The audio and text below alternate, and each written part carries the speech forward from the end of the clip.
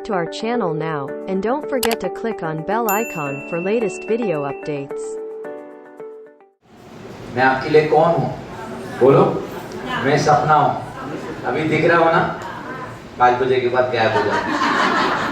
पर आपके पास्टर आपका अपना हर संडे रहेंगे। जब बीमार होंगे तो भी रहेंगे, जब शादी होगी तो भी रहेंगे, बर्थडे रहेगा तो भी रहेंगे, और कुछ होगा तो भी रहेंगे, क्योंकि वो आपका अपना है। मैं नहीं रहूँगा, मैं सिर्फ आज के दिन अभी 5 बजे तक के लिए हूँ। तो मैं क्या हूँ आपके लिए? एक सपना।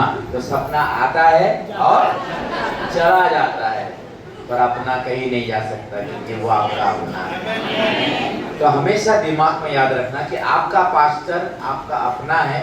बाकी हमारे जैसे जितने आए और जितने आएंगे वो क्या है? एक सपना थे, आए और चले गए, और जो आएंगे वो भी आपके लिए एक सपना ही होंगे। आमीन, हालेलुया। और जो बाप का नहीं होता और कभी आपका नहीं होता। इसकी गहराई हम फिर कभी आपको सिखाएंगे। तो याद रखो, मेरे जैसे बहुत सारे पास्टर्स लोग आएंगे, प्रचार करेंगे, चले जाएंगे, लेकिन आपके दुख दर्द के टाइम है ना, आपके प्रॉब्लम के टाइम जो हो है ना, आपका पास्टर काम आएगा। आमीन। किसको देना है तो पास्टर, शादी करना है कराना है तो पास्टर, हॉस्पिटल में कोई एडमिट है तो पास्टर है ना, किसका बर्थडे है, डेडिकेशन है, कुछ भी है तो पास्टर। एक मैं कभी उसके बारे में गहराई से बताऊंगा कि एक पास्टर होता क्या है, उसका दर्द क्या होता है, उसका बोझ क्या होता है, उसकी जिम्मेदारी क्या होती है, जो आपको समझना बहुत ज़रूरी है। क्योंकि चर्च के लोगों की जीवन में जो आशीष होती है ना, वो हमेशा याद रखना, आत्मिक बच्चों की आशीष बाप के हाथ में होती है। आमीन, हालेलुया। मैं कौन हूँ आपका? चाचा। आपका भाई कौन हुआ? इतना तो है आपको ना। तो मैं आपका चाचा हूँ। चाचा चॉकलेट लाता है, कैडबरी लाता है, बिस्किट लाता है, आइसक्रीम लाता है, बराबर है, और बहुत मजा आता है ना। लेकिन जो बाप होता है वो आपको हर संडे अच्छा भोजन देता है, आपको प्रोटीन देता है। हालेलुया। इसलिए चाचा के पीछे नहीं भागने का। हाँ, हमेशा देखो ना, अब्राहम ने इसहाक को आशीष दिया, इसहाक ने याकूब को, याकूब ने उसके बेटों को। हमेशा जो कलीसिया के जो आत्मिक बच्चे होते हैं ना, आत्मिक बच्चे, उनके लिए आशीष हमेशा एक अगुवे के हाथ में, एक पास्टर के हाथ में होती है। आपके लिए आशीष मेरे हाथ में नहीं है, उनके हाथ में। जैसे आपके बच्चों के लिए आशीष है ना, चाचा के हाथ में नहीं है, आपके हाथ में। माँ बाप आपके हाथ में, आपके बच्चों के लिए आशीष। तो आप लोगों के लिए आशीष किधर है? आपके पास्टर के हाथ में, मेरे हाथ में नहीं है। मेरे हाथ में है, पर हमारे यहाँ के लोगों के लिए। समझ में आया मैं क्या बोल रहा हूँ? चाचा का आशीर्वाद से बच्चे की जिंदगी नहीं संवरती। आमीन। तो उसके विषय में हम कभी फिर और देखेंगे कि मेरे पास बहुत कुछ है, मेरे पास समय नहीं है। मैं आज आपको क्या क्या बताऊंगा। ओके। कितने लोगों को पता है आजकल बहुत एक गलत टीचिंग निकली है 10वां हिस्से को लेकर? पता नहीं आप लोग सुना है क्या कभी? कितने लोगों ने सुना 10वां हिस्से के बारे में, कि 10वां हिस्सा अभी नहीं देना चाहिए? 10वां हिस्सा देना व्यवस्था है, ये पहले था, अभी नहीं है। कितने लोगों ने सुना है? सुना है तो आप बताओ, अगर ऐसी शिक्षा आपने सुनी है। हाँ, 10वां हिस्सा गरीब को दो, विधवा को दो, भिखारी को दो। कितने लोगों ने सुना है सर? अच्छा, नहीं सुना तो आज मैं आपको सुनाता हूँ। नहीं सुना है तो मैं आपको सुनाता हूँ, क्योंकि आजकल बहुत सारी ऐसी शिक्षा निकली है, यूट्यूब पे आती है। बहुत सारे प्रभु के सेवक लोग भी ये गलत प्रचार क्या करते हैं पता है? कहते हैं कि 10वां हिस्सा जो है वो अभी नहीं देना चाहिए।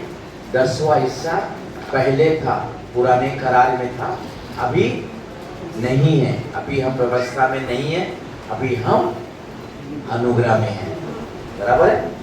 हाँ, ये सब टीचिंग बहुत अच्छी लगती ना। हाँ, अभी हमारा भी टीचिंग सुनो, फिर सब ईचिंग निकल जाएगा।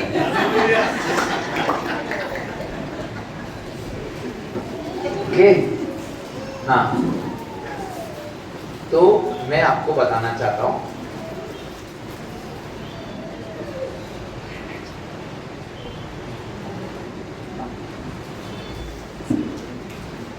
मत्ती 22 का 21। उन्होंने उससे कहा, केसर का। तब उसने उनसे कहा, जो केसर का है वह केसर को दो, और जो परमेश्वर का है वो परमेश्वर को बस दो। बस बस सुनो, वो लोगों ने क्या किया? सिक्का लेकर आया यीशु के पास, ठीक है? और यीशु ने कहा उस सिक्के पे किसकी छाप है? तो उन्होंने कहा कैसर की। कैसर मतलब वो जो आप खाते वो नहीं, हाँ वो केसर है, ये कैसर है। उस टाइम की जो सरकार थी ना, सरकार, कैसर मतलब सरकार, तो सिक्के पे सरकार का छाप था। तो यीशु ने कहा उस सिक्के पे किसकी छाप है? उन्होंने कहा कैसर की। तो यीशु ने क्या कहा? जो कैसर का है वो कैसर को दे दो। और फिर क्या बोला? जो परमेश्वर का है वो परमेश्वर को दे दो। अभी आपके ऊपर किसकी छाप लगी है? तो आप किसके हो गए? अगर आप परमेश्वर के हो गए तो आपका सब कुछ किसका होगा?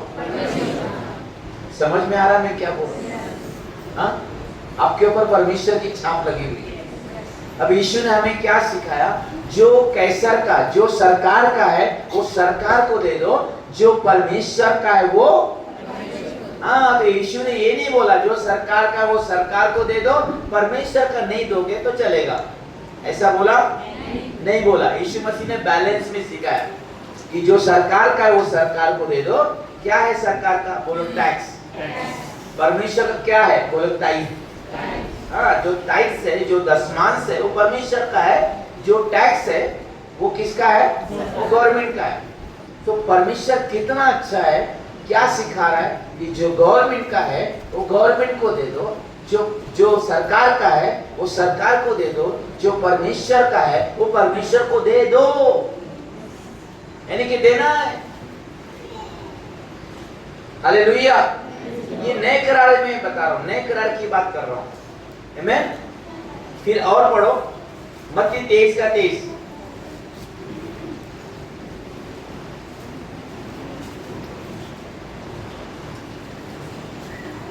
मत्ती 23 का 23। हे कपटी शास्त्रियों और फरीसियों, तुम पर हाय, तुम पुदीने और सौंफ और जीरे का 10वां अंश तो देते हो, परंतु तुमने व्यवस्था का गंभीर बातों को अर्थात न्याय और दया और विश्वास को छोड़ दिया है। चाहिए था कि वह इन्हें भी करते रहते और उन्हें भी न छोड़ते। हाँ, देखो बैलेंस, बोलो बैलेंस। हाँ, तराजू में दोनों तरफ देखो तो आपको न्याय मिलेगा। यीशु ने क्या कहा? हे कपटी शास्त्री और फरीसियों, तुम पर हाय, तुम पुदीने, सौंफ और जीरे का सब चीज का 10वां हिस्सा देते हो, पर तुमने न्याय, दया और विश्वास को छोड़ दिया है। चाहिए था कि तुम इन्हें भी करते रहते और उन्हें भी ना छोड़ते। यानी कि तुम सब चीज का 10वां हिस्सा भी देते रहते और तुम न्याय, दया और विश्वास को भी करते रहते। समझ में आया? ये कौन सिखा रहा है? यीशु मसीह, अनुग्रह का परमेश्वर। एकदम बैलेंस में अभी हम सीख रहे हैं। आमीन। सभी लोग का ध्यान यहाँ पे है। आप कोई भी सोइएगा मत, और आप यहाँ पे आप बहुत ध्यान दीजिएगा।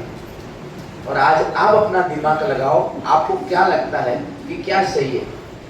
फिर और हम देखेंगे उत्पत्ति 14:20।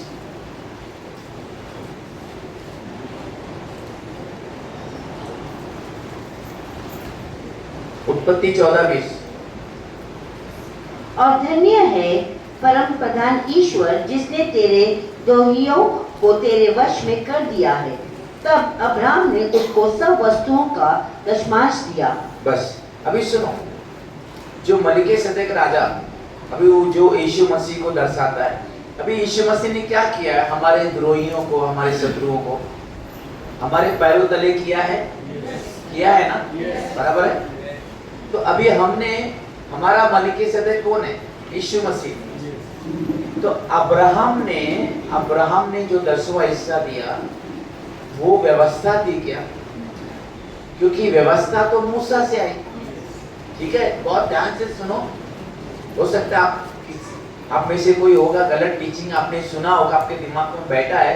मैं क्या बोलता हूँ, आप अहरे गहरे नत्थु खहरे नहीं है, ठीक है। प्रभु ने आपको भी बुद्धि दी है, थोड़ा अपना भी दिमाग लगाओ, फिर परमेश्वर सबका न्याय करेगा, ठीक है। तो कुछ बातें बता रहा हूँ, बहुत ध्यान से सुनिएगा, बहुत ध्यान से, नहीं तो मिस हो जाएगा। अब व्यवस्था मूसा से आई, कहां से आई? तो अब्राहम को कौन बोला कि तू सब चीज का 10वां हिस्सा दे? मेरा सवाल है, अब्राहम को किसने बोला कि तू मलिकिसेदेक राजा को सब वस्तुओं का 10वां हिस्सा देना चाहिए? सच कहूं, 10वां हिस्सा ये लॉ नहीं था, ये लव था। समझ में आया? 10वां हिस्सा ये व्यवस्था नहीं थी, ये असल में प्यार था। परमेश्वर ने अब्राहम को 2 चीज दी थी, एक विजय दी थी, वो सब राजाओं को मार के लौट रहा था, उसने विजय प्राप्त की थी। और बाइबल तो कहती है कि परमेश्वर ने उसको सब चीजों में आशीष दी थी, बराबर। यानी कि परमेश्वर ने अब्राहम को विजयता दी थी और आशीष दी थी, बराबर है। अब अब्राहम एक विजयी व्यक्ति है और एक आशीषित व्यक्ति है, और वो क्या कर रहा है? परमेश्वर को सब वस्तुओं का 10वां हिस्सा दे रहा है, बराबर है। अभी हम यीशु मसीह में विजयी है कि नहीं है? अरे बोलो ना, है ना? हम प्रभु यीशु में आशीषित है कि नहीं है? तो हम प्रभु को क्यों देना चाहिए मालूम है? क्योंकि हम प्रभु में एक विजयी व्यक्ति है और हम एक आशीषित व्यक्ति है, इसलिए हम प्रभु को देते हैं। समझ में आया? असल में हम आशीष पाने के लिए नहीं देते, हम लोग आशीषित है। We are blessed in Christ। हम मसीह में विजयी है और हम मसीह में आशीषित है, इसलिए हम हमारे परमेश्वर का आदर करते हैं, क्योंकि उसने हमें जय दी, उसने हमें आशीष दी। Hallelujah, hallelujah. तो 10वां हिस्सा हम आशीष पाने के लिए नहीं देते। बोलो, मैं आशीषित हूँ, मैं विजयी हूँ, इसलिए देता हूँ। अगर हम हारे हुए होते, अगर हम आशीषित नहीं होते, तो कहां से देते? तो अब्राहम को परमेश्वर ने विक्ट्री दी थी, अब्राहम को परमेश्वर ने ब्लेसिंग दिया था। Hallelujah, hallelujah. तो ये चीज आपको दिमाग में रखना है कि मैं यीशु मसीह में विजयी हूँ। मेरे शत्रुओं को उसने मेरे पैरों तले किया है, सांप बिच्छू मेरे पैरों तले है। हालेलुया, मैं एक विजयी व्यक्ति हूँ और यीशु मसीह में स्वर्गीय स्थानों में हमें सब प्रकार की आशीष दी गई है। So we are blessed. Oh, we are blessed. Hallelujah.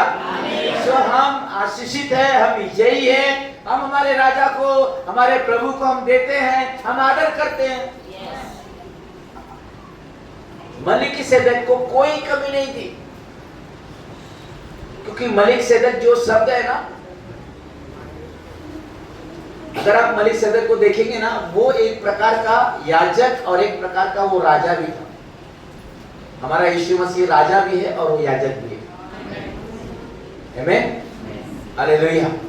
तो कितना अच्छा लगता है कि मैं एक विजयी व्यक्ति हूँ, मैं एक आशीषित व्यक्ति हूँ। एक विजयी व्यक्ति, एक आशीषित व्यक्ति देना, इट्स गुड, इट्स गुड, अच्छा है।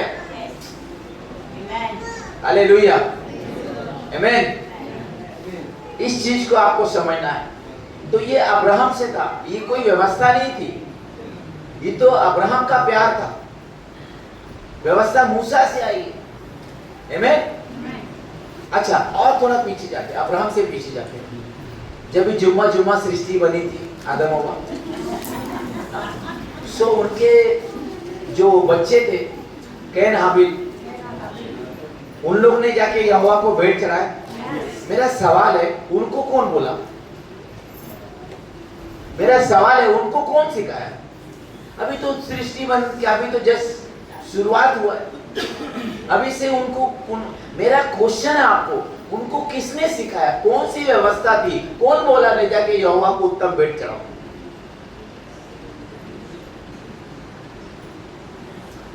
और उनको कौन सिखाया? आदम हव्वा ने। आदम हव्वा ने सिखाया? आदम हव्वा को कौन सिखाया? हाँ, हेलो, मुझे नहीं पता, क्या जाने अदन के बगीचे में कोई वेदी होगी, खुदा ने आदम हव्वा को जो भी दिया था वो खुद भी चढ़ाते होंगे, तभी तो बच्चों को सिखाया ना, तभी तो बच्चों को सिखाया ना। समझ में आ रहा मैं क्या बोल रहा हूँ? नहीं तो बच्चे लोग क्या मान लिया यहोवा को चढ़ाना। हालेलुया। इस बात को समझिए कि ये शुरू से था, परमेश्वर को देना, परमेश्वर को देना, ये नियम अभी से नहीं था, ये शुरू से था। और आज मैं उसी चीज में आपको लेके जाना चाहता हूँ। जो कई लोग कहते हैं ना कि 10वां हिस्सा व्यवस्था है, उनको बोलो भाई मेरी बहन दिमाग का ढक्कन खोल, 10वां हिस्सा व्यवस्था में बाद में डाला गया, वो व्यवस्था नहीं थी, वो प्यार था, वो लॉ नहीं, वो लॉ था। हालेलुया, आमीन। इस चीज को आप समझिए। और मैं आपको बता दूं, कई लोग बोलते ना कि नए करार में कहाँ लिखा है कि 10वां हिस्सा दो, नए करार में कहाँ लिखा है कि 10वां हिस्सा दो? उनको पूछने का, नए करार में कहाँ लिखा है 10वां हिस्सा मत दो? आप मुझे बता दो, चलो, मुंह मांगी रकम दूंगा जहां लिखा हो कि 10वां हिस्सा मत दो। अब वो भी नहीं लिखा, लेकिन दो बोल के लिखा है ना। यीशु ने बोला ना, तुम सब चीज का 10वां हिस्सा देते हो, न्याय दया विश्वास को बिगाड़ देते हो, तो अच्छा होता कि तुम ये भी करते रहते, अब तुम ये भी ना छोड़ दे। जो सरकार का सरकार को दो, जो परमेश्वर का परमेश्वर को दो। तो देने के लिए तो यीशु ने बोला है ना, पर नहीं देने के लिए कहाँ मना किया? अच्छा, और गहराई में बताता हूं, ये पढ़िए इब्रानियों 7 का 8, ये वचन सब लोग याद रखना बाहर, ये बहुत इंपॉर्टेंट है। यहां पे बहुत सारे लोग चूक जाते हैं। पढ़ो इसको।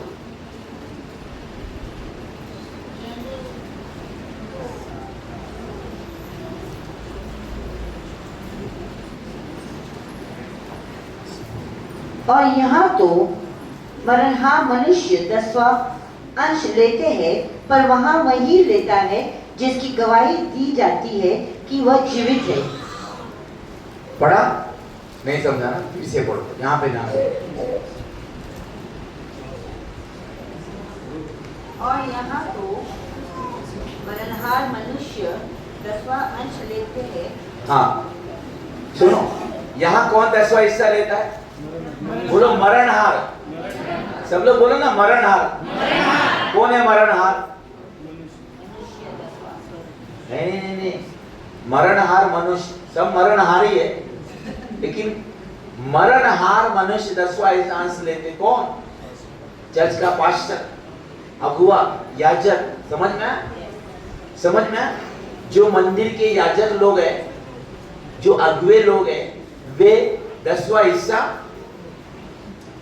अभी ऑफरिंग हुआ ना, तो पास्टर ने बोला ना आओ प्रभु को दे। समझ में आया? तो आपके पास्टर एक दिन दुनिया छोड़ के जाएंगे, मैं भी दुनिया छोड़ के जाएगा। पूरी दुनिया में जितना भी चर्च है, जितने भी पास्टर लोग हैं, हम लोग एक याजक लोग हैं। क्या है? याजक लोग हैं। लेकिन हम कैसे याजक है? हम मरणहार है, मतलब एक दिन हमको जाना है। जी पास्टर, एक दिन हमको जाना है। आमीन? ऐसा नहीं कि हम लोग मरेंगे नहीं, हालेलुया। कुछ समझ में आ रहा है?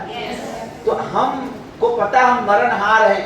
बाइबल बता रही है कि यहाँ तो मरणहार मनुष्य 10वां अंश लेते हैं, पर वहां वही लेता था, ऐसा नहीं, वहां वही लेता है जो सदा जीवित है, जिसकी गवाही दी जाती है। यानी कि आज भी परमेश्वर 10वां हिस्सा ले रहा है।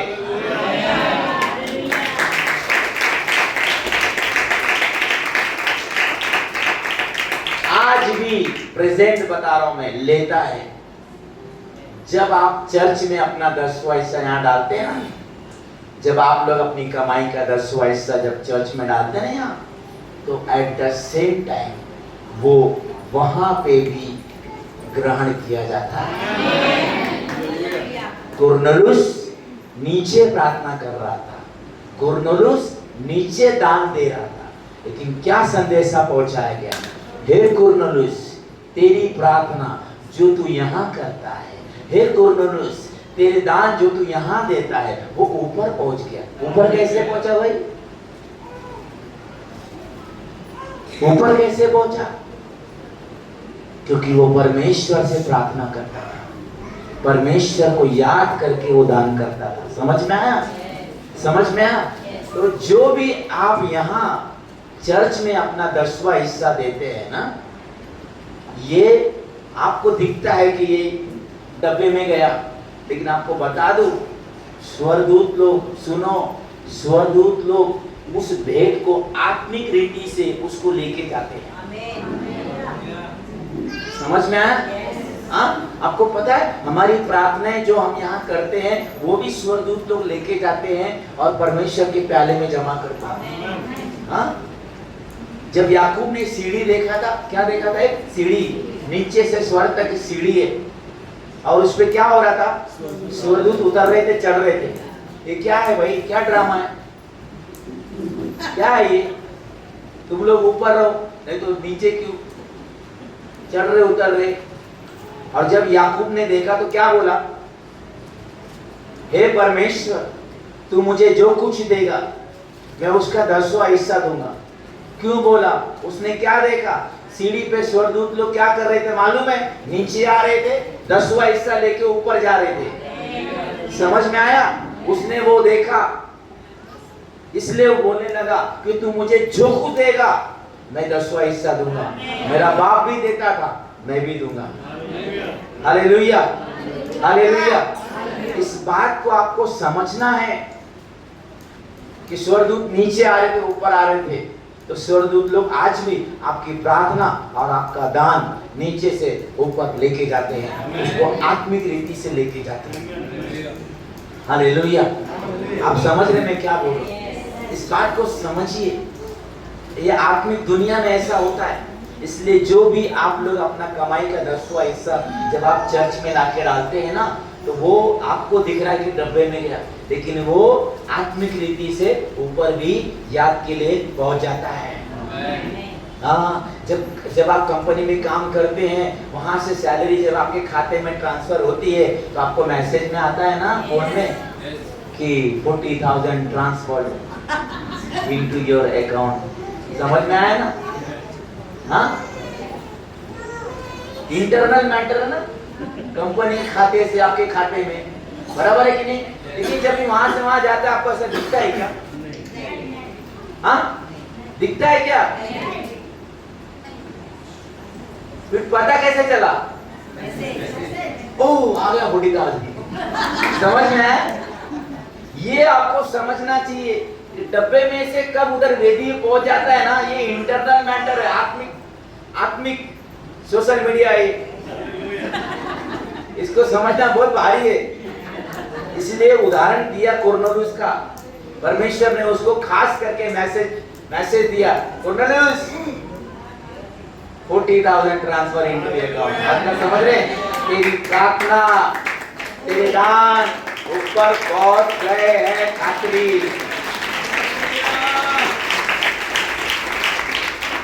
तो आपको भी एक खातरी होना चाहिए, जो मैं परमेश्वर के भंडार में देता हूँ, मेरा परमेश्वर वो ग्रहण करता है। यानी कि यीशु मसीह आज भी 10वां हिस्सा लेते हैं। Hallelujah, hallelujah.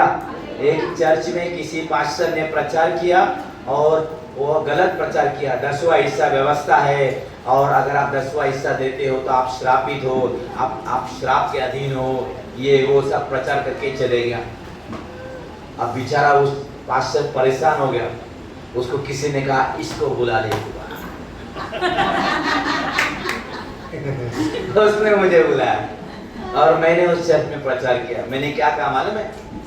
और आज आपको भी कह रहा हूँ, देखो अगर आप ये मानते हो कि 10वां हिस्सा देना व्यवस्था है, अगर आप ये मानते हो, समझ लो थोड़ी देर के लिए, अगर आप ये मानते हो, वहां पे भी यही प्रचार किया, आपको भी बोल रहा हूँ, अगर आप ये मानते हैं कि 10वां हिस्सा व्यवस्था है, 10वां हिस्सा देना एक मतलब आप श्राप के अधीन हो, तो मैं क्या बोलता हूँ, अगर आपको लगता है कि 10वां हिस्सा देना व्यवस्था है तो आप है ना इस व्यवस्था को खत्म करो। ठीक है, आप अभी व्यवस्था में नहीं है। अभी कौन सी अवस्था में है? बोलो अनुग्रह। कौन सी अवस्था में है? बोलो ना यार, ये तो मानते हो अनुग्रह में है, इतना तो मानते, सबको मानना पड़ेगा, अच्छे प्रचार को मानना पड़ेगा। हम लोग अभी मसीह में अनुग्रह में है कि नहीं? मुझे एक चीज बताओ, व्यवस्था बढ़ी कि अनुग्रह? हाँ, अनुग्रह बढ़ा। तो व्यवस्था में कितना देते थे? 10%। अभी अनुग्रह में ना 20 दे दो, 30 दे दो। क्या हुआ अभी? फिर वो चर्च के लोगों का ढक्कन खुला, बोले यार 20-30 कहां से देंगे, जाने दो 10 ही अच्छा है। तो 10 ही ठीक है यार, ये तो कौन सा पास्टर है? हाँ,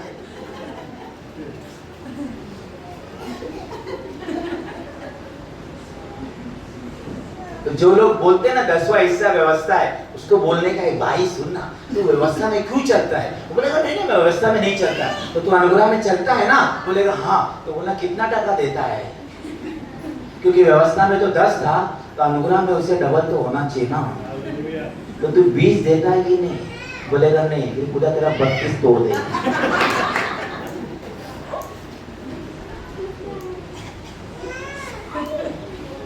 हाँ, अनुग्रह में है ना, अनुग्रह में मालूम अनुग्रह क्या सिखाता है? सच बोलूं, व्यवस्था से ज्यादा डेंजर अनुग्रह है, अगर रियल आपको बोलूं तो। पहला क्या था? किसी के साथ सच में व्यभिचार किया तो व्यभिचार है ना। नया करार में क्या बोलता है? आंख से अगर देखा ना, गलत नजर से व्यभिचार किया। पहला मर्डर करते थे तो हत्या बोलते थे, अभी क्रोध किया ना तो हत्या है, घृणा किया तो हत्या है। बहुत डेंजर है भाई।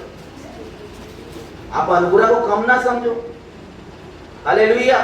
अच्छा, अनुग्रह में है ना, हम लोग प्रॉपर्टी बेचो, जल्दी जल्दी बेचो, क्योंकि अनुग्रह के लोग प्रॉपर्टी बेच के लाके देते थे प्रेतों के पांव पे। अभी आप में से कौन बेचेगा प्रॉपर्टी? आपको पूछ रहा हूं। जो भी अनुग्रह का बात करता ना, उसको बोलने का तुम घर बेचा कि घर बेचते हो कि नहीं बेचते? अपना प्रॉपर्टी बेच के चर्च में ले जाके देते हो कि नहीं? वो बोलेगा नहीं। बोलेगा फिर तू गलत अनुग्रह में, तेरे ऊपर दूसरा कोई ग्रह मट रहा है।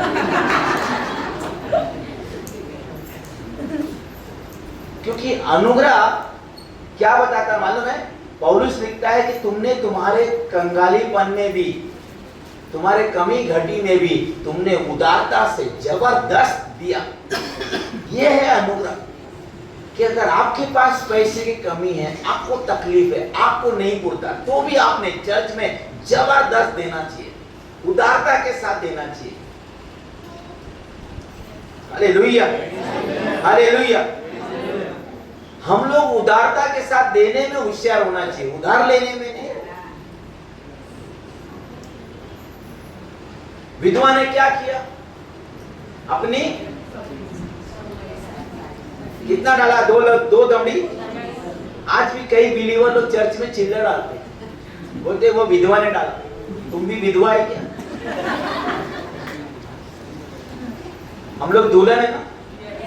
अभी चर्च में कोई विधवा है ना, वो विधवा नहीं, वो यीशु की दुल्हन है। समझ में आया? तो विधवा ने 2 दमड़ी डाला, इसके लिए कुछ लोग चर्च में चिल्लर डालते। खबरदार, कभी चिल्लर नहीं डालना। चिल्लर भिखारी को देते। आपके बेटा बेटी के शादी में किसी ने कवर में चिल्लर दे दिया ना, इतना चिल्लाओगे ना, पहला नाम देखोगे नलों पे, चिल्लर दिया, भिखारी समझता हम लोगों को। कभी भी चर्च में चिल्लर नहीं देना। परमेश्वर के लोगों सुनो, चिल्लर ना भिखारी को देते। कभी भी चर्च में चिल्लर नहीं देना। फटा नोट, सेलो टेप लगा हुआ नोट, धूप पट्टी लगा हुआ नोट कभी चर्च में नहीं डालना, कभी नहीं। वो सब नोट आप उधर भाजी मार्केट में चलाओ। मैं हमेशा प्रभु को, मैं, मेरी वाइफ, मेरी बेटी, मेरा बेटा, हम चारों हर संडे सुबह शाम हर मीटिंग में हमेशा हम लोग कड़क कड़क नोट, हमेशा अच्छा अच्छा नोट हमारे परमेश्वर को हम देते हैं। बाकी सड़ा गला ये वो सेलो टेप लगा हुआ, पान लगा हुआ, वो सब मैं जेब में रखता हूँ। वो सब दूध वाला पाव वाले के पास घुमाने का, परमेश्वर के पास नहीं करने का। सच कह रहा हूं, कई लोग है ना चर्च में ऐसे नोट ला के डालते हैं ना, भिखारी भी नहीं लेगा, मालूम है, लेकिन चर्च में डाल देते हैं। प्रभु देख रहा है, प्रभु देख रहा है आप उसको क्या कर रहे हैं। परमेश्वर ने कहा तुम लोग ने मेरी वेदी पे अंधा लूला लंगड़ा भेंट ला के चढ़ाया। अगर मैं तुम्हारा स्वामी हूँ तो मेरा आदर किधर है? मैं तुम्हारा पिता हूँ तो मेरा आदर किधर है? तुम लोग मेरी वेदी पे अंधा लूला लंगड़ा भेंट चढ़ाते हो, सड़ा गला फटा नोट चढ़ाते हो। प्रभु का अच्छा भेंट चढ़ा, उत्तम चढ़ा। आज के बाद कभी भी चर्च में चिल्लर नहीं डालना, तुम्हारे बच्चों के भी हाथ में चिल्लर नहीं देना। मैं आपको बता रहा हूँ, हमारे चर्च में हमने बंद कर दिया। मैं लोगों से कहा मत डालो, क्योंकि परमेश्वर का अपमान हो। चिल्लर भिखारी को देते हम लोग, प्रभु भिखारी नहीं है। हालेलुया। वो हमारा दूल्हा है, राजा है। एक दूल्हे राजा को क्या देते? गिफ्ट देते, उसको चिल्लर नहीं देते। कभी चर्च में चिल्लर नहीं डालना। आपके बच्चों को भी मना कर देना, उनको देना ही नहीं। भले आप 10 रुपए की नोट उनके हाथ में दो, 20 रुपए की नोट दो, चलेगा, लेकिन चिल्लर कभी नहीं देना। हर चर्च में चिल्लर बंद हो जाना चाहिए, चिल्लर चाहिए नहीं। Hallelujah, hallelujah. और विधवा ने जो 2 दमड़ी, उसके पास उतना ही था। अगर कोई विधवा के बारे में बात करोगे तो मैं आपको बताता हूँ, वो ये बताता है कि जो भी तेरे पास है, जितना भी तेरे पास है, सब उठा के ले जाके डाल दे चर्च। वो विधवा का उदाहरण ये बताता है, उसके पास और कुछ नहीं था। Hallelujah, hallelujah. इसके लिए आप, बहुत सारे लोग चर्च में 10वां हिस्सा नहीं देते। क्यों? वो लोग सोचते हैं सब तो देते हैं ना, तो मैं अकेला नहीं दिया तो क्या हो गया? बराबर है कि नहीं? बराबर है कि नहीं? सब दे रहे, मैं अकेला नहीं दिया तो क्या हो गया? ऐसे ही मेरा भी दिमाग था। नया नया जब प्रभु में आया, चर्च में सब लोग देते थे, मैं बहुत बड़ा होशियार था, मैं देता ही नहीं था। और बाद में पैसे की तकलीफ, पैसे की कड़की मुझको ही लगी, नहीं समझ में आया। चक्की पे 40 की सब औरत ने ले जाके गेहूं दिया, आपने एक अकेले ने नहीं दिया। बोला सब तो दे रहे, मैं एक अकेला नहीं दूं तो क्या हो गया? कुछ नहीं हो गया। सिर्फ तेरे पास आटा नहीं है, गेहूं चबा ले। समझ में आया? शैतान ऐसे ऐसे विचार डालता है, अरे सब तो देते हैं ना, तू एक अकेली नहीं दी तो क्या हो गया? अरे सब खेत में बीज बो रहे, तू अगर नहीं बोएगी तो तेरे को फसल नहीं आएगी ना। तू अगर चक्की पे गेहूं नहीं देगी तो तेरे को आटा नहीं मिलेगा। समझ में आ रहा मैं क्या बोल रहा हूं? सब दे रहे, आप ऐसा सोचो, सब दे रहे तो मैं क्यों नहीं? खाते समय बराबर सोचते हैं ना, सब खा रहे, मैं भी खाऊंगा, मैं भी खाऊंगा, नहीं मिला तो इसका दिमाग खा जाऊंगा, मैं भी खाऊंगा। समझ में आया? मरेंगे लेकिन खा के मरेंगे। हाँ, हेलो। खाते समय सबका देख के मैं भी खाऊंगा। कुछ लोग तो पहले, मैं तो आज ये वो आइसक्रीम सब चला।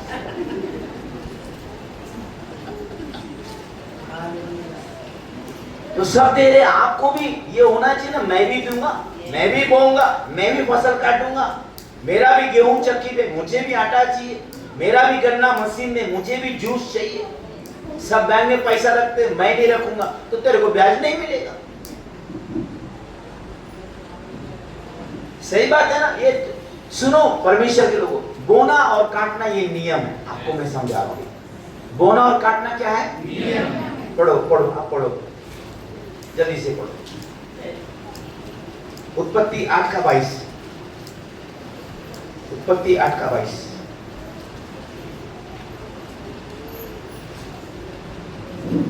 अब से जब तक पृथ्वी बनी रहेगी तब तक बोने और काटने के समय ठंड और तपन, धूप काल और शीतकाल, दिन और रात निरंतर होते चले जाएंगे। हाँ, अभी सुनो, उत्पत्ति 8 का 22 में, अब से जब तक पृथ्वी बनी रहेगी बोने और काटने का नियम लगा रहेगा। किसने बोला ये? परमेश्वर ने। अब यहाँ पे ध्यान दो, मेरी ओर ध्यान दो, कलीसिया यहाँ पे ध्यान दो, सब लोग यहाँ पे ध्यान दो। बोलो बोना, सब लोग बोलो ना, बोना और काटना, बोना और काटना। करो ना, थोड़ा हाथ है कि नहीं? बोलो बोना और काटना, ये नियम है। क्या है? नियम है। पंखा कभी चालू होता है? उसको देखने से चालू हो जाए। वो नियम है। बच्चा हो, शादीशुदा हो, बूढ़ा बूढ़ी कोई भी हो, नियम क्या है? बटन दबाएगा चालू हो जाएगा, भिखारी भी दबाएगा तो भी चालू होगा, राजा दबाएगा तो भी पंखा चालू होगा। क्यों? ये नियम है। समझ में आ रहा है? कलीसिया, बोना और काटना नियम है। चक्की में गेहूं देगा तो ही आटा निकलेगा, खेती में बीज बोएगा तो ही फसल आएगी। क्या है ये? बोलो नियम है। और ये नियम सबके लिए सेम होता है। उत्पत्ति 26:12। फिर इसाक ने उस देश में जोता बोया और उसी वर्ष में 100 गुना फल पाया और यहोवा ने उसको आशीष दी। बस अभी क्या लिखा है? इसहाक ने उस देश में जोता बोया और उसी वर्ष में 100 गुना, कितना गुना? 100 गुना फल लाया और यहोवा ने उसको आशीष दी। आगे पढ़ो उसी में। और वह बढ़ा और उसकी वह बढ़ा यानी कि वो बढ़ गया। हाँ, और उसकी उन्नति होती चली गई। हाँ, उसकी उन्नति होती चली गई, यहाँ तक कि हाँ, वह अति महान पुरुष हो गया। अति महान पुरुष हो गया। आगे, जब उसके भेड़ बकरी, गाय बैल और बहुत से दास दासियां हुई तब पलिश्ती उससे डाह करने लगे। डाह मतलब जलने लगे। अभी सुनो, इसहाक है ना, वो नियम को जानता था। किसको? नियम को, कि मेरे परमेश्वर का एक नियम है बोना और काटना। लेकिन उसने बोया कब? जब सारे देश में अकाल पड़ा। सारे देश में अकाल पड़ा, सब लोग खसक लिए और कोई भी बोने का नाम नहीं, क्योंकि सबके दिमाग में ये पड़ा है कि अकाल पड़ा है, तो अभी बोके कुछ फायदा नहीं है। Hallelujah, hallelujah. लेकिन इसहाक जानता था मेरा परमेश्वर झूठ नहीं बोलता, बोना और काटना मेरे परमेश्वर का नियम है। तो अकाल में कोई नहीं बोया, लेकिन इसहाक ने कहा मैं बोऊंगा, मैं बोऊंगा, मेरा परमेश्वर झूठ नहीं बोलता। और उसने बोया और कितना? 100 गुना, यानी कि अकाल में भी वो माला माल हो गया। क्यों पता है? क्योंकि परमेश्वर के नियम के कारण। इससे फर्क नहीं पड़ता कि आपके सिर पे कर्जा है, उधारी है, लोन है, आपको पूरता नहीं है, बचता नहीं है, ये है वो है, आप भाड़े पर रहते हैं, है ना, और कुछ प्रॉब्लम है, वो कुछ फर्क नहीं पड़ता। फर्क पड़ता है सब नियम से। अगर आप नियम को सीखेंगे ना, नियम को, वो नियम जो है ना आपकी जिंदगी संवार देगा। तो इसहाक ने देखा पूरे देश में अकाल है, कोई नहीं बोल रहा है, तो मैं क्यों बोलूं? आज चर्च में ये बड़ा प्रॉब्लम है। अगर किसी भी चीज के लिए देना बोना है ना, कोई नहीं आता ना, तो जिसको एक को प्रभु बोल रहा है ना, वो भी नहीं आता। बोलते जब सब नहीं जा रहे तो मैं क्यों जाऊं? तो कोई तो नहीं बोल रहा उस देश में, पर इसहाक बोलता मैं बोऊंगा, क्योंकि परमेश्वर का नियम क्या? मनुष्य जो कुछ बोलता है वो काटता है। तो मैं बोऊंगा, मैं काटूंगा। उसको इतना खातिरी था और उसने बोया और परमेश्वर उसको कितना गुना दिया? 100 गुना। क्या लिखा है? उसकी उन्नति होती चली गई, वो बहुत बड़ा और इतना बड़ा जो दुश्मन थे ना फलिस्ती, जलने लगे। सुनो कलीसिया, तुम लोग है ना इतना बढ़ना चाहिए ना, तुम लोग इतना बढ़ना चाहिए ना कि तुम्हारे शत्रु लोग जलना चाहिए। बाजू लोग बोलो इतना बढ़ना चाहिए, तेरा दुश्मन जलना चाहिए। नहीं तो मजा नहीं आता बढ़ने का। अभी मेरी शायरी बोलो, बोलो जलने वाले को जलने दे, अब उनकी गाड़ी चलने दे।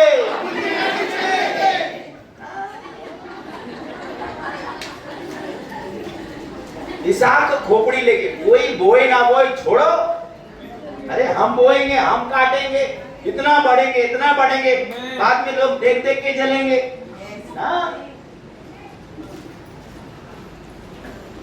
Hallelujah, hallelujah. ये सब मुझे गिफ्ट मिला है, ये मैंने खरीदा नहीं, ये सब मुझे गिफ्ट मिला है। चैन गिफ्ट मिला। हम लोग कभी किसी से मांगते नहीं, आपको बता रहा हूँ। मेरी वाइफ को भी कितना सोना उसको गिफ्ट मिला। मेरी वाइफ ने कितनी बार चर्च में सोना डाल दिया। जब भी चर्च में कोई भी चीज की जरूरत है, कुछ भी प्रभु के राज में, मैं प्रचार कर रहा हूँ, पास्टर जी रियल बोलता हूँ, मैंने कितनी बार प्रचार किया, मुझे नहीं पता कि छुरी मेरी गर्दन पे लग रही है। समझ रहे मेरी गर्दन, बीवी क्या है, दे है ना भाई, मैं सिर है ना, वो दे है ना। तो मैं प्रचार किया, छुरी सीधा, मेरी बीवी मेरी दे, कुछ बोली नहीं, कुछ नहीं पूछी, घर में गई। तो आज मैंने अंगूठी डाल दिया। मैं बोला अरे वाह,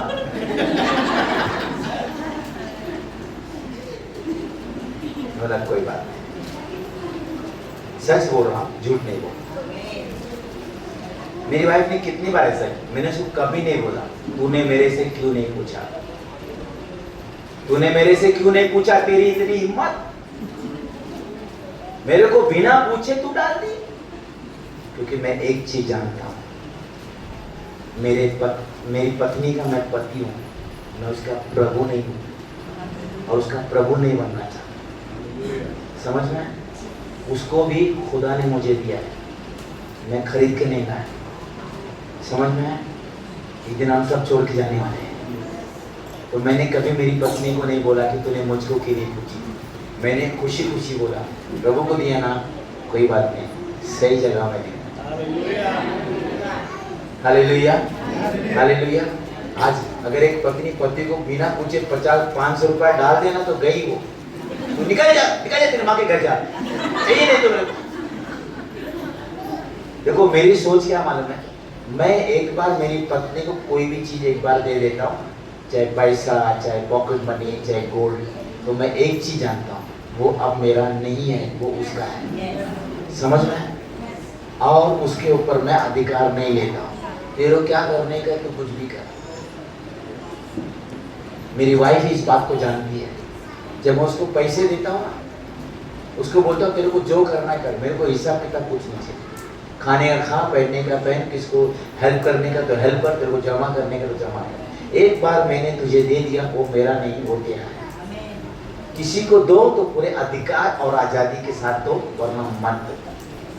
कुछ लोग देके बार बार अधिकार जता करते हैं। कुछ लोग किसी को मोबाइल गिफ्ट देंगे पत्नी को और बार बार वही लेके यूज करते हैं।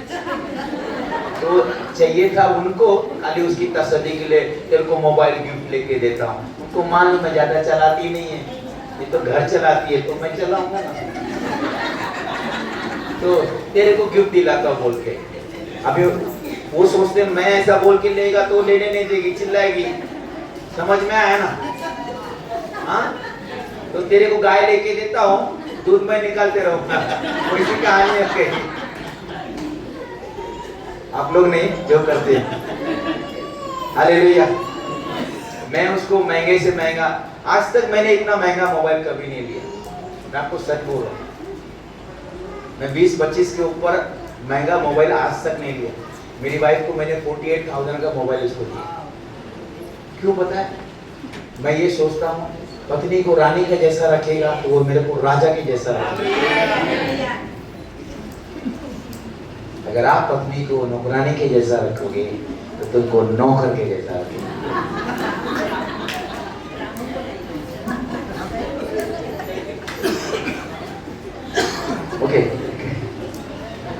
हम मुद्दे पे आ जाएंगे। ओके सो और हमारे यहाँ पता है क्या नियम है हमारा फैमिली में, मैं, मेरी वाइफ, मेरी बेटी, मेरा बेटा, हम चारों एवरी संडे मॉर्निंग इवनिंग कितना भी मीटिंग होगा, बाहर भी कहीं जाते हैं, हमारा फिक्स है, हम चारों प्रभु को भेंट देते हैं, अच्छा भेंट देते हैं। ये हमारा नियम है। जैसे हमारा नियम है कि मैं और मेरा घराना परमेश्वर की सेवा करेगा, वैसे बोने के टाइम में भी ना चर्च में पूरी कलीसिया जाती है एवरी संडे। मैं, मेरी वाइफ, हम घर में ही अपना अपना भेंट उनको दे देते एवरी संडे। आज भी उनको उनका दे के आए और मेरा लेके आए। Hallelujah, hallelujah. इस चीज को आपको मैं सिखाना चाहता हूँ। बहुत सारी कलीसिया में क्या हो रहा पता है, पति देता है, पत्नी कुछ नहीं देती, बच्चे भी कुछ नहीं देते, और पति ऐसा करता है, मैं दे रहा हूँ ना, तू देने का नहीं। और बच्चे लोग को तो बोलते देने का ही चाहिए। पर खाने का टाइम क्या होता है, बोले जितना पेट उतना प्लेट। हाँ, चारों को ब्रश चाहिए, चारों को 4 तकिया चाहिए, चारों को 4 चद्दर चाहिए। हाँ, कुछ चीज आप सीखो, चारों को विश्वास करना है, चारों को पश्चाताप करना है, चारों को उद्धार चाहिए, समझना है। प्रभु चारों को स्वर्ग में देगा।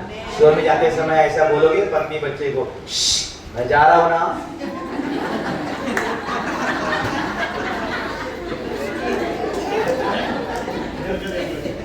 हाँ, तो घर का ध्यान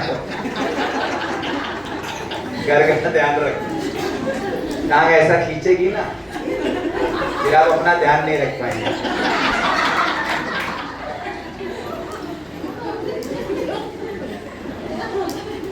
हाँ, तो सीख रहे। ये सब थोड़ा बीच बीच में ताकि आप बोर ना हो जाओ, इसमें भी सच्चाई है, कोई फालतू नहीं बोलो। तो पति, पत्नी और बच्चे, भले आपके बच्चों को आप 10-10 रुपया हर संडे, 20-20 रुपया। एक बात बोलूं, अगर आपका बच्चा हर संडे 10-10 रुपया डाला, महीने में कितना डाल दिया? 40। दूसरे बच्चे ने 10-10 डाला, 40 संडे तो आता है ना, कभी कभी 5 आता है। ठीक है, ऐसा समझे ना, आपके दोनों बच्चे ने 10-10 रुपए के हिसाब से महीने का 100 रुपया डाल दिया, उसका डबल टिबल तो खा ही जाते, आइसक्रीम, गोला, ये वो। समझ में आया क्या? उनको सही चीज सिखाओ।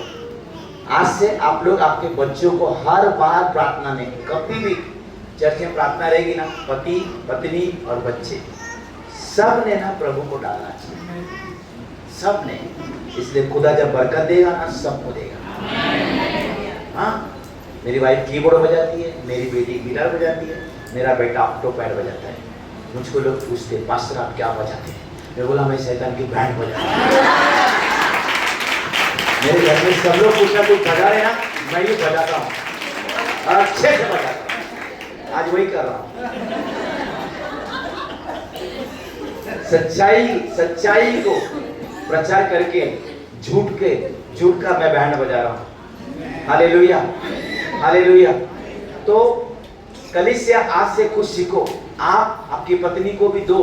मेरी पत्नी कहीं कमाने नहीं जाती, मेरी बेटी बच्चे कहीं नहीं जाते, लेकिन मेरा काम है, अगर मैं कमा के लाता हूँ, खाने को सबको देता हूँ, कपड़ा मैं सबको देता हूँ, तेल साबुन शैम्पू मैं सबको देता हूँ, मेरे परमेश्वर को देने के लिए भी मैं उनको देता हूँ। ये मेरी ड्यूटी है, मेरा काम है। Hallelujah, hallelujah.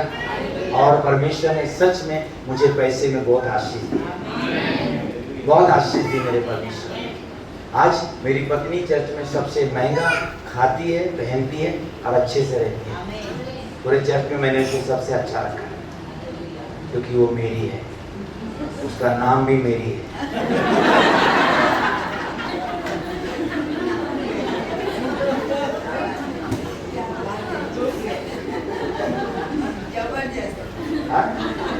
एक बार मेरी वाइफ गई दुकान में वो कुछ लेने को, उधर बोलती है रोजमेरी के, रोजमेरी के। वो बोला नहीं है।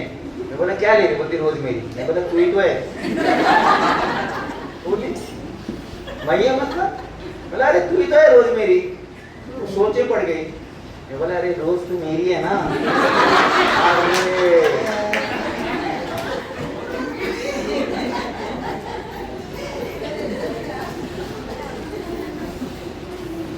हालेलुया। तो पत्नी, आपके बच्चे प्रभु को देना सीखो।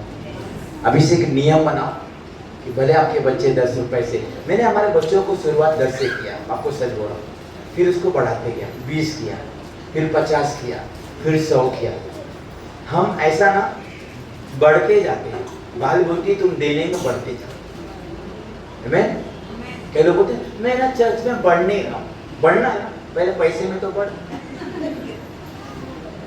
पैसे में बढ़ो। बाल बोलती पैसे देने में बढ़ो, बाल बोलती विश्वास में बढ़ो, बाल बोलती अनुग्रह में बढ़ो। अब ये सब में कोई बढ़ना नहीं चाहता, तो मैं बढ़ नहीं रहा बोल के दूसरे चर्च में चले जाते और रातों रात बढ़ जाते। इतना बढ़ जाते कि नीचे नहीं सीधा ऊपर चले जाते।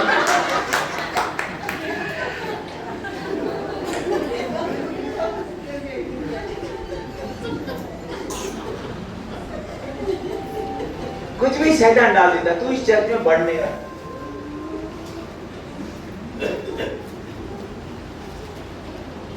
बढ़ने का मतलब ही नहीं मालूम। अच्छा सुनो, तो अभी क्या सीखा हमने? चारों जन, तो जितने भी फैमिली में आप चर्च में अगर आते हैं वो लोग सबने देना चाहिए। आमीन। और हम हर साल क्या करते मालूम है? हम बढ़ा देते हैं। समझो इस साल अगर मेरे बच्चे हर संडे प्रभु को 100 रुपए दे रहे, समझो तो अगले साल मेरे बच्चे 100 नहीं देंगे हर संडे, वो फिर 200 देंगे। समझ में? ऐसा हम बढ़ाते हैं। क्यों? परमेश्वर साल भर हमारी आशीष को बढ़ाता है, तो हम भी बढ़ाते हैं। बाइबल में लिखा दो तो तुम्हें भी दिया जाएगा, लिखा है ना। लेकिन हम लोग यही चीज प्रभु को सिखाते हैं। प्रभु माँ कसम आप मुझे दो मैं भी दूंगा। वो तो नहीं, तू दे तो मैं तुझे दूंगा। आमीन। यीशु ने वो जब 5,000 की भीड़ थी तो क्या बोला? क्या है तुम्हारे पास? तो उन्होंने बोला 5 रोटी 2 मछली। आमीन। मेरा सवाल है आपसे, इतना महान परमेश्वर मांगता क्यों? 5,000 की भीड़ थी तो मांगा, 4,000 की भीड़ थी तो मांगा। जब मूसा को तंबू बनाना था परमेश्वर ने बोला मेरे लोगों से लेना। किसे लेना? मेरे लोगों से लेना। क्यों भाई? परमेश्वर को क्या कमी? तुम तो दुनिया बना दिए, अभी तुम्हारा तंबू बनाने का तो मेरे लोगों से लेना। क्यों ऐसा? अगर कोई पास्टर अनाउंस करे ना तो लोग बोलते हैं पास्टर भिखारी है। पास्टर भिखारी नहीं है, ये पास्टर की समझदारी है। मूसा को परमेश्वर ने काम पे लगाया कि मेरे लोगों को बोल, मेरे राज में, मेरे तंबू में सोना चांदी कपड़ा लकड़ी सब बोने को बोला। जब 5,000 की भीड़ 4,000 की भीड़ थी, यीशु ने दोनों टाइम पूछा क्या है? बोले 5 रोटी 2 मछली। दूसरे टाइम में भी पूछा क्या है तुम्हारे पास? क्यों ऐसा मालूम है? परमेश्वर की एक आदत है, वो आपको देने से पहले वो आपसे लेगा।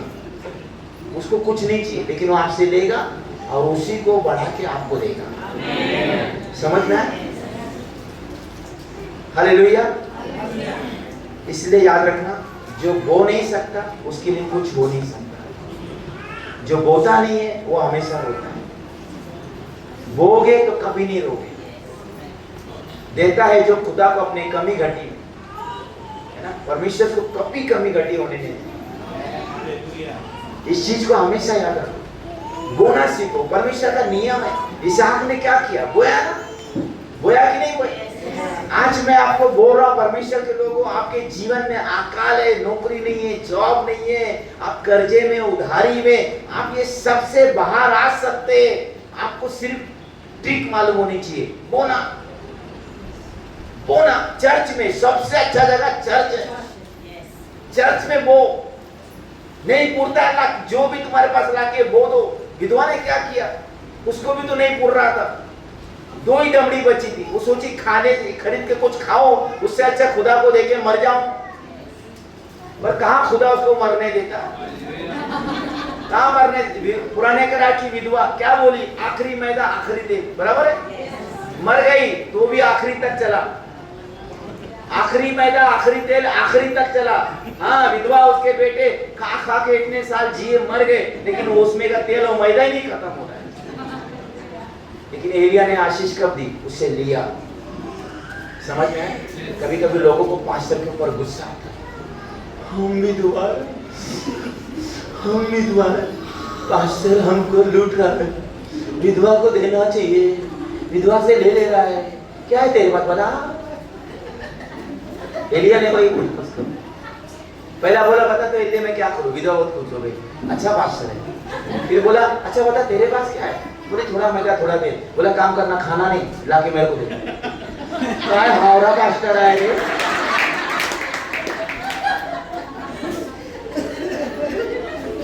मैं तो सोची अच्छा पास्टर कुछ देगा, ये तो मेरे को भी लूट ले रहा है, ये चर्च अच्छा नहीं है।